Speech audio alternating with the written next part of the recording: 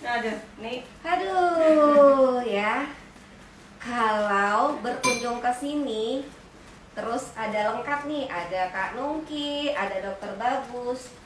Rugi kayaknya kalau tidak dimanfaatkan situasi seperti ini dengan pergi pulang begitu saja. Nggak ada di sini. Atau kita harus ngobrol. Kayaknya harus ngobrol karena ngobrolnya pasti menghasilkan sesuatu yang ini bermanfaat untuk kita semua, mungkin buat teman-teman yang mendengarkan juga. Nah, ini kita berawal. Aku mau nanya nih Kak Nungki. Kemarin-kemarin ini aku ngeliat di beberapa teman-temanku dan juga di medsos tentang PJJ, pembelajaran jarak jauh. Nah, pembelajaran jarak jauh ini banyak dikaitkan bahwa ini mirip homeschooling. Itu. Jadi learning during pandemic is the same like homeschooling. Nah, yang ingin aku tanyakan, apakah iya belajar jarak jauh, belajar di rumah itu sama seperti homeschooling? Nah, kebetulan Kak Nungki ini anak-anaknya sudah pernah homeschooling, lalu juga sekolah formal. Yuk kita tanya yuk sama Kak Nungki. Nanti kita pasti akan tanya juga ke Dokter Bagus. Yuk Kak Nungki. Pencerahan dong. Pencerahan ya, BJJ yang aduh berat nih kalau udah ngomongin BJJ nih. Gitu. Karena gini nih, apa namanya? Uni ngalamin nggak sih? Gini, setiap hari awalnya pertama kali BJJ kita rebutan laptop, rebutan HP. Iya dong. Aku anaknya dua-duanya BJJ, padahal mereka itu punya HP dua-duanya. Tetapi dia tetap minta laptop, atau misalkan laptopnya aku nggak kasih, dia ambil HP emaknya dong, gitu. Karena mereka pikir dengan dia online, satunya lagi dia bisa main game atau apapun itu, gitu. Jadi menurutku ini yang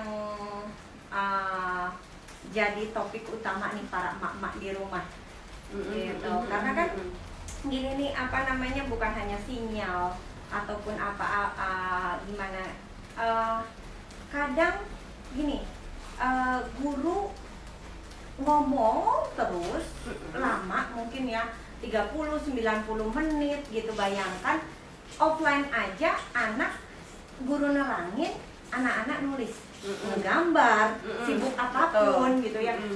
Ini betul-betul dia harus nongkrongin di depan HP-nya atau di depan laptopnya. Itu gimana? Akhirnya videonya dimatikan.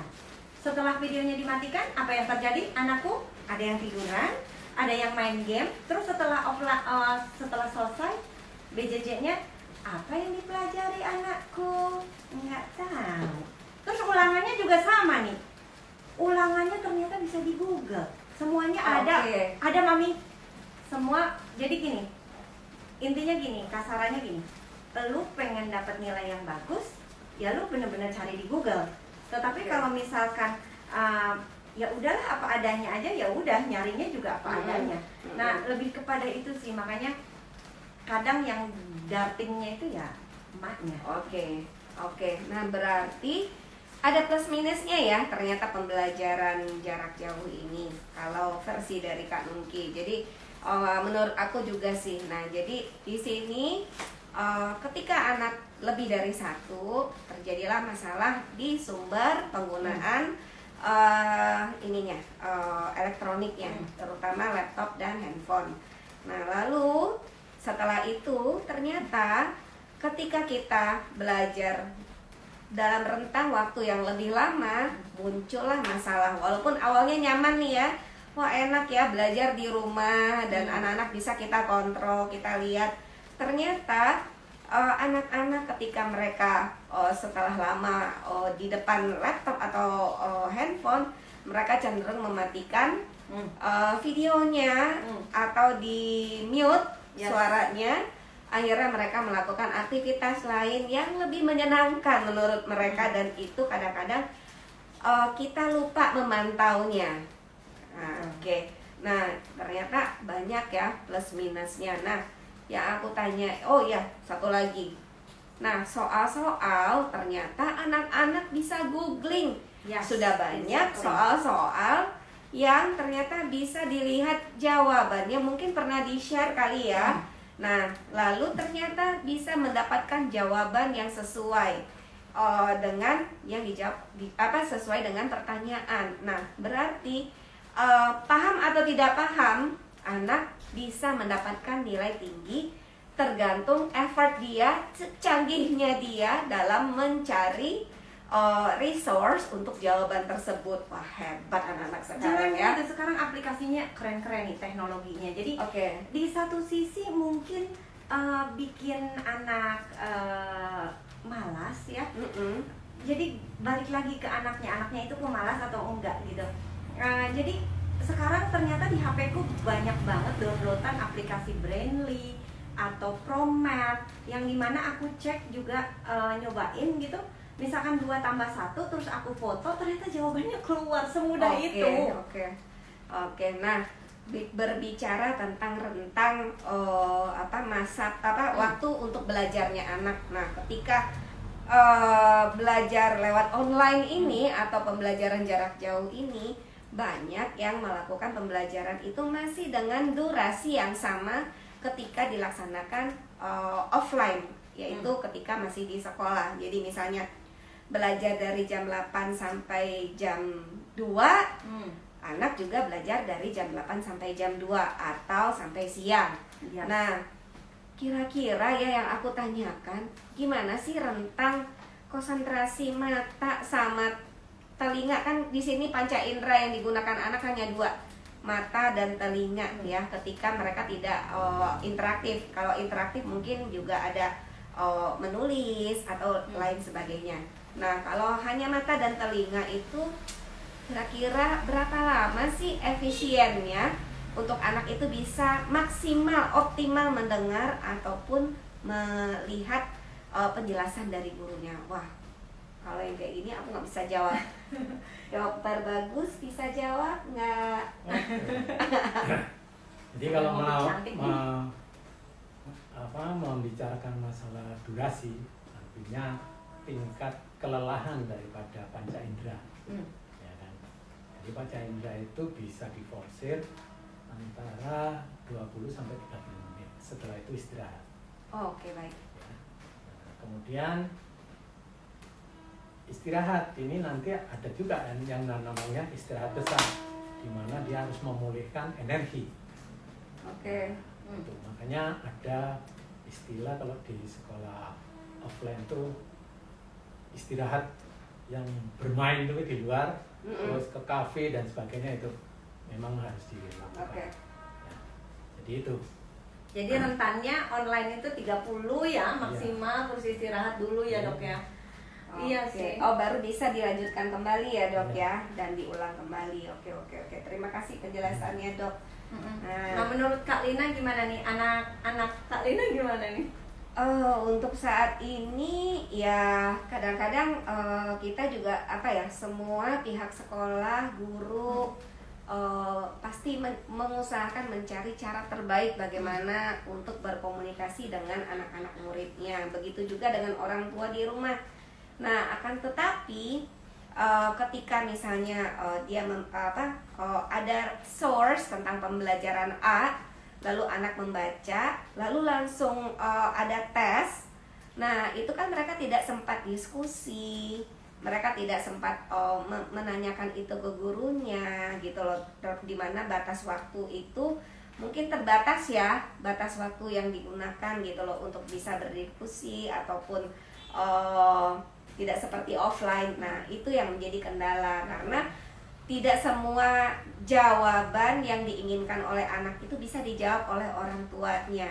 Nah, itu aja sih Kak Nunggi, kendalanya seperti itu. Iya sih, memang yang maunya kita nih kayak kemarin diadakan PTS.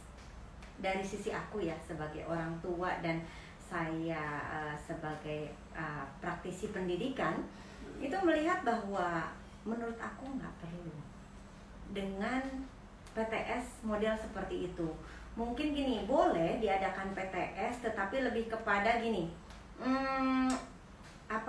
memicu. Kita jadi pematik nih, supaya jawabannya itu dari mereka sendiri, bukan dari hasil Google. Gitu. Jadi misalkan apa sih yang kamu sudah tahu tentang, atau bikin laporan tentang misalkan satu bab itu, kamu bikin take a note atau apapun itu sih yang aku inginkan. Nih gitu. Dan ini dari sisi orang tua dari ya. sisi orang tua. Jadi kesannya bahwa anak saya pada akhirnya ini bukan saya tidak mementingkan akademik di sini, karena gini, percuma kamu nilainya tinggi tetapi hasil contekan dari Google Dan tidak memahami materi itu sendiri. Betul gitu. Jadi ya hanya untuk pemenuhan kewajiban aja. Kewajiban saya sebagai murid udah selesai gitu. Nah dok, mau nanya lagi nih dok. Nah, rentang fokus dari anak nih dok. Nah, untuk PAUD, SD, terus ke atasnya remaja, itu sama nggak sih dok? Terus apa sih yang bisa kita support supaya bisa mensiasati anak-anak yang rentang konsentrasinya pendek atau yang berbeda ini, terus dengan gaya belajar yang berbeda? Jadi pada TK itu sebetulnya rentangnya sulit untuk dibatasi ya. Dia putus-putus, tapi dia mau berulang. Oke, baik. Pada anak-anak karena mereka dia mau bermain konkret. Oke, berarti harus memegang bendanya ya? Iya, bendanya harus konkret itu. Itu. Yang jadi persoalan kan kita nggak konkret. Terus pada tingkat SD itu abstrak memang ya kan. Dimulai dari matrikulasi untuk bisa baca tulis hitung di tingkat awal.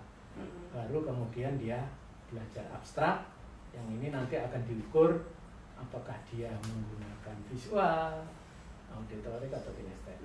Dan rentang konsentrasinya ini bisa sampai 15-30 menit untuk belajarnya kan. Berarti SD masih ini juga ya dok ya, pendek ya, 15 menit itu sampai 30 menit. Oke.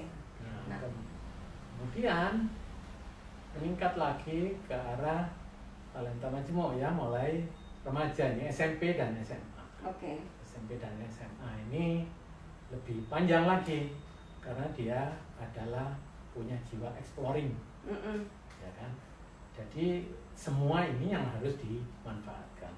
Oleh karena itu kurikulum intrakurikuler itu harusnya tidak panjang-panjang, sedikit, tapi yang ekstrakurikuler ini yang harus kreatif. Ini yang akan membuat anak itu akan berproses dengan ekstrakurikuler. Baik. Jadi jangan kita berorientasi pada output. Kalau kurikulum yang sulit-sulit itu kan berorientasi pada output. Tidak tahu prosesnya ya, tiba-tiba harus nilainya bagus gitu ya. Sehingga tidak heran kalau misalnya tadi dia cukup nyari di Google bisa nilainya tinggi. Tapi apakah nilai tinggi itu menjadi ukuran suksesnya anak itu nanti di kemudian hari, itu yang masih jadi pertanyaan. Karena suksesnya itu dimulai dari kejujuran, bukan dari itu. Kejujuran hanya bisa dibangun lewat ekstrakurikuler tadi. Bisa nggak sih dok, misalnya seperti ini, ketika anak itu belajar sains, contohnya sains ya dok ya. Nah, penjelasan materi terus sudah dijelaskan, bisa nggak sih digabungkan dengan ada kegiatan konkret di rumahnya dok, melakukan eksperimen ataupun mencari sendiri artikel tentang yang disampaikan oleh guru tersebut supaya mereka lebih paham. Bisa nggak seperti itu dok? Ya bisa seperti itu. Tetapi yang paling penting adalah pengalaman dia dari mulai kecil.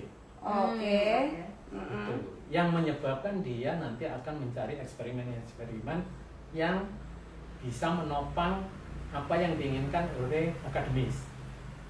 Ya, jadi anak-anak yang mampu keterampilan kognisinya pincah dan optimal itu biasanya kalau bikin skripsi, bikin tesis nanti di perguruan tinggi, itu efek ya dok ya? Itu berefek sekali.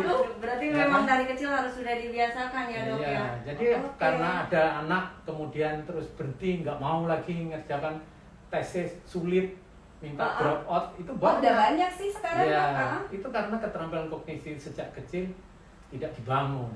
Nah, berarti itu mulai dari sejak usia berapa tuh Dok keterampilan kognisi mulai kita asah? Nah, sebetulnya keterampilan kognisi kan berasal dari yang seperti saya sebutkan tadi, yaitu dari vestibuler, visceroseptik dan taktil untuk melakukan proprioseptik mengintegrasikan reflektif. Nah, di situ ketika sensomotorik sudah tuntas, reflektif habis, kemudian berubah jadi praksis, gerak bertujuan, ya, gerak bermakna menjadi satu tujuan, kemudian menjadi representatif beberapa tujuan, ya kan? Nah, di beberapa tujuan ini keterampilan kognisinya itu hidup. Setuju nggak sih Dok, kayak misalkan anak-anak PAUD sekarang ini harus sudah bisa baca, udah bisa ngitung gitu loh, dimana lihat emak-emak zaman sekarang anaknya bisa bisa ngitung, bisa baca padahal umurnya belum waktunya, itu suatu kebanggaan. Ya, itu efeknya nanti ya setelah besar. Anak itu karena tidak tuntas bermainnya, ya, maka setelah dewasa akan gamang dalam membuat keputusan. Sehingga mereka ini ya jangka panjang ya Dok ya. Kalau sekarang mungkin kita masih bisa bangga ya, wah anakku bisa baca, bisa tulis gitu. Padahal gamang nanti. Itulah makanya anak-anak yang gamang ini selalu menjadi pencari kerja, bukan pencipta kerja. I see. Nah itu dia nih, makanya ini nyambung lagi nih ke yang tadi topik bahasan BJJ ya Dok ya. Aku sih dari segi, karena anakku SMP sama SMA, gini loh untuk para guru mungkin di seluruh Indonesia nih, ini masukan dari emak ya, dari emak bukan dari kita melihat dari segi bisa dijelasin juga Ki, maksudnya kan anak-anaknya Nungki sudah pernah mengalami yang namanya homeschooling, lalu sekolah formal. Nah apa sih bedanya dengan PJJ ini gitu loh ya? Iya. Lanjut. Nah ya itu dia, makanya ini untuk para guru-guru ini gini, kita nih menginginkan ajaklah anak-anak, apalagi udah besar ya, udah besar gini, sebelum pembelajaran dimulai ya misalkan 1 hari sebelumnya atau lebih bagus lagi 2 hari, 3 hari atau bahkan seminggu sebelumnya, bahwa gini, oke, besok kita akan belajar tentang misalkan pasar. Jadi nanti cari tahu ya tentang pasar, apa aja yang kamu tahu tentang pasar. Nah, jadi pada saat online itu guru sudah tidak perlu menerangkan lagi, tetapi lebih kepada diskusi. Ya, mungkin dari satu anak ke anak yang lainnya akan berbeda nih informasinya. Karena anak-anak sekarang pastinya nyari tahu dong. Tapi justru lebih kaya jadinya ya. Yang tadinya tidak tahu menjadi tahu, yang sudah tahu ternyata lebih tahu lagi.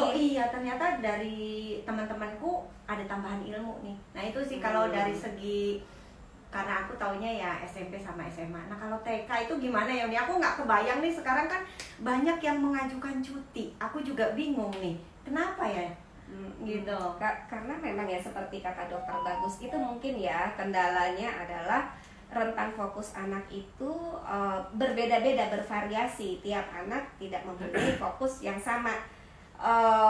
Bisa per menit, bisa per detik, ataupun hingga 15 menit. Nah, dan memang masa TK itu adalah anak-anak masanya bermain dan anak-anak bisa memegang bendanya. Jadi memang lebih cocoknya ya interaktif ya Dok ya, dengan menggunakan benda. Dan itu pun tidak bisa lama. Kalau terlalu lama untuk berkonsentrasi melihat ke layar, lalu juga memegang, lalu mendengarkan instruksi yang banyak, itu tidak bisa. Karena anak-anak itu ciri-cirinya adalah one thing at a time. Jadi satu-satu. Jadi tidak bisa sekaligus gitu loh. Jadi di order banyak itu belum bisa. Jadi pengalaman unik nih megang PAUD ya. Itu offline loh.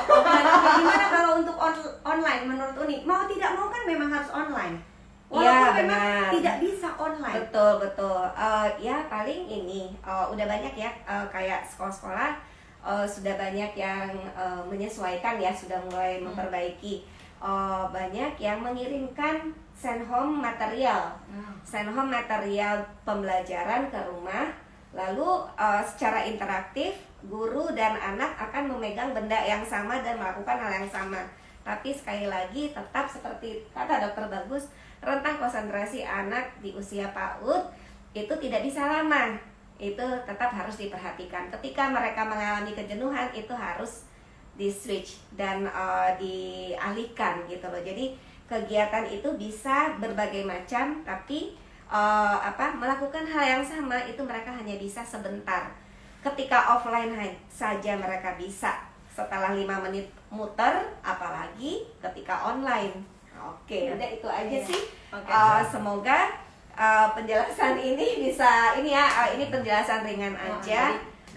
Aku belum pernah sih nyoba untuk anak PAUD untuk online ya, tapi semoga rentang waktu itu diperhatikan ya Dok ya. Jadi tidak dipaksakan, jadi harus PAUD, berlama-lama. Memang PAUD bisa 15-30 tapi beda-beda ya Dok ya. Berbeda-beda. Karena cepet bosan. Nah itu tadi pertanyaan unik nih dari awal sampai Homeschooling. Gini, PJJ dan homeschooling sama tidak? Tidak sama. Kenapa? Karena pada saat anaknya menjadi homeschooler, 100% itu adalah tanggung jawab kita sebagai orang tua. I see. Ya. Tetapi pada saat PJJ itu ada 30% kita masih mendelegasikan ke pihak sekolah. Berarti kalau homeschooling itu pihak sekolahnya adalah orang tua ya? Kalau PJJ atau bukan homeschooling? Oh iya, orang tua semuanya. Adalah kepala sekolah. Kepala sekolah iya. Yang punya sekolah yang punya sekolah iya. Tutor iya, guru Okay. iya gitu ya. Tetapi kalau PJJ tetap tanggung jawabnya dibagi dua nih Uni. Jadi 30% memang gurunya, orang tua tetap harus mendampingi, gitu, harus memonitor dan mengontrol. Nah itu dia yang perbedaannya antara PJJ dan homeschooling. Jadi banyak juga yang sekolah gini menawarkan mau ikut yang virtual atau mau yang homeschooling. Maksudnya apa ya? Ada yang begitu juga. Oke. Jadi berarti pemahaman kata homeschoolingnya ya yang harus jelas dulu nih. Betul. Jadi kadang gini, bertebaran di sana, di mana-mana homeschooling A, B, C, D, tetapi roh homeschoolingnya tuh nggak dapet. Sebetulnya homeschooling itu kan ya ada di sini, di orang tua, tanggung jawabnya orang tua. Tetapi bolehkah mendelegasikan ke orang lain? Boleh. Para homeschooling boleh mendelegasikan saat memang misalkan anak saya pengen belajar piano. Saya nggak bisa. Aku matematika, aku nggak terlalu bisa misalnya. Nah itu bisa kan ya didelegasikan. Tetapi apakah dia bertanggung jawab tutor tersebut tidak? Tetapi kalau misalkan PJJ kan masih ada tanggung jawabnya. Yang ngolah nilai siapa? Guru. Kalau homeschooling kan kita yang ngolah nilai, yang tahu orang tua yang ngolah nilai. Wah, berarti hebat dong orang tua homeschooling. Makanya kita harus pilih-pilih nih metode apa sih yang cocok gitu loh. Nah, sebetulnya dengan adanya pandemi ini sebetulnya mengembalikan lagi ya Dok fitrah kita sebagai orang tua nih, bahwa semua orang tua adalah guru terbaik buat anaknya. Jadi jangan saatnya belajar lagi ya. Iya, makanya anakku juga sama nih. Mami ada PR tentang kemarin itu tentang garis lurus gitu ya.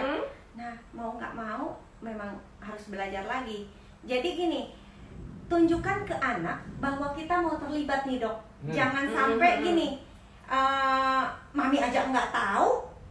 Ya udah kamu aja cari sendiri. Paling gitu enggak kita juga ikut search ya. Betul. Kita cari sama-sama walaupun kita tidak paham, kita ikut terlibat. Oh ya mungkin bisa kita lihat di YouTube dulu deh.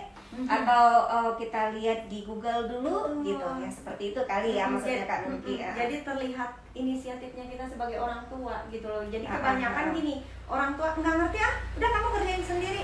Akhirnya kadang aku begitu juga sih kalau bener-bener lagi sibuk ya gitu loh. Nah ya jadi introspeksi buat kita sebagai orang tua juga ya. Ternyata kadang-kadang perkataan kita itu menunjukkan bahwa oh iya kita nggak terlalu peduli ya. betul. Ya, itu dia. Justru ternyata akhirnya anak-anak ketika kita mengucapkan ya udah kamu cari sendiri aja, ya udah kan kamu udah bisa. Nah akhirnya anak-anak tidak mau lagi melibatkan kita kepada kegiatan yang mereka lakukan. Aduh sedihnya ya gitu loh. Padahal waktu kita bersama anak itu mungkin hanya sampai SMA atau sampai kuliah, mereka akan sibuk dengan kegiatannya mereka masing-masing. Iya sih. Ya itu perbedaannya dok. Jadi pandemi ini memang menyadarkan kita bahwa yang namanya kurikulum intrakurikuler itu ya jangan terlalu rumit. Oh, intrakurikuler ini berarti akademik ya dok? Itu tidak perlu. Kalau ekstrakurikuler itu justru yang ini ya, ekskul ya. Oke. Ini yang paling penting tuh yang justru ekskul untuk menciptakan percaya diri. Oke. Nah, kalau intrakurikuler tuh belajarnya kan, karena ekstrakurikuler ini membuat proses, dia berproses, sehingga belajar itu tahu. Pengalaman saya di sekolah inklusi ya kan, terutama untuk anak-anak yang memang ada gangguan keterampilan kognisinya, sehingga makanya inklusi ini nggak bisa jumlahnya besar, harus sedikit di dalam kelas, ya kan.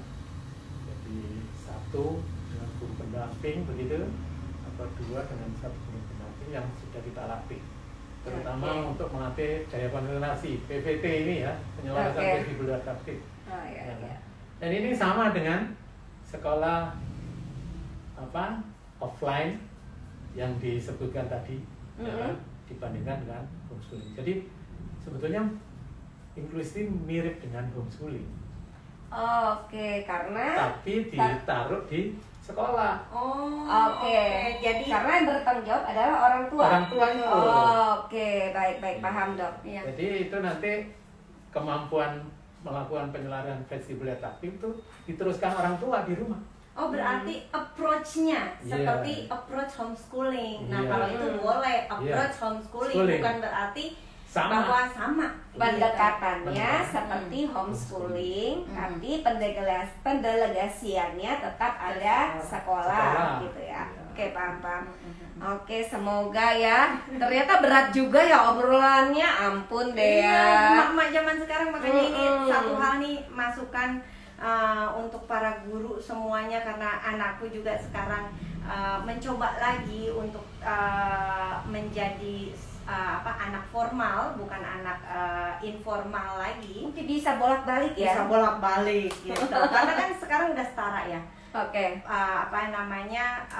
Sudah diakui ada di peraturan nomor 20 2003 juga kan, bahwa pendidikan di Indonesia itu kan ada 3 sistemnya, ada formal, non formal, sama informal. Jadi itu nanti kita bahas lagi tuh lebih jauh lagi nih. Iya. Seperti apa. Sip. Intinya sih di sini ngebahas tentang PJJ sama homeschooling sama kayak bingung ya. Jadi dari pernyataan Nungki dan dokter dan juga ini semoga bisa mencerahkan, dan ternyata learning atau school during pandemic is not the same with homeschooling.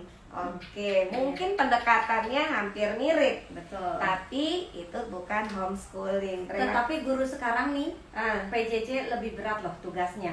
Iya, kasihan guru-guru. Iya, beneran deh. Bebannya ada tugas, ada yang harus disiapkan, ujiannya. Semuanya harus terintegrasi, dan mereka melakukannya jarak jauh juga. Aduh, luar biasa. Kan, semoga doa dari kami semua nih. Universitas terbuka. Kalau doa dari kami Land Academy Indonesia buat teman-teman guru, buat anak-anak tersayang, buat semua orang tua, semangat gitu. Karena ini bukan masalah satu orang, masalah kita semua, dan bagaimana cara kita menyikapi kembali kepada kita masing-masing. Betul. Ya, semoga kita tetap bertahan. Betul. Ya. Dan bagaimana si guru akhirnya sekarang harus berkreatif ya, tolong. Kalau kasih soal kepada anak-anak lebih kepada jadi pematiknya aja supaya potensi si anaknya keluar. Jadi si anak tidak ada gini. Google boleh mencari tahu, tetapi lebih luas lagi pertanyaannya. Oke, maksudnya tidak copy paste ya? Yes, gitu. Oke. Kayak gitu. Oke, Jadi oke. lebih kepada sejauh mana sih Misalnya kamu nih paham? buku tentang IPA. Nah, lalu soal yang diambil dari buku itu kalau bisa ya, bukan dari internet itu maksudnya ya. Bukan. Oh, Nah, dia kan gimana? itu textbook banget. Oh, textbook juga. Terus gimana Gitu, dong? jadi lebih kepada misalkan IPA kita tentang ngebahas tentang apa ya, makhluk hidup misalkan SD ya. Nah, jadi si anak itu mengeksplorkan. Jadi dia mencari, kan yang dibahas itu kalau nggak salah di kelas berapa ya, kelas 3 SD kalau nggak salah contohnya. Misalkan makhluk hidup itu kita bahas tentang benda mati Ya. dan makhluk hidup. Tuh. Perbedaannya apa sih yang kamu lihat di sekeliling di rumah aja deh, nggak usah jauh-jauh gitu. Oke. Oh, Kayak gitu. oke, Jadi lebih baik. kepada pertanyaannya, coba apa sih yang kamu ketahuin? Apa sih bedanya antara botol sama, misalkan gini, kamu pernah naik sepeda nggak?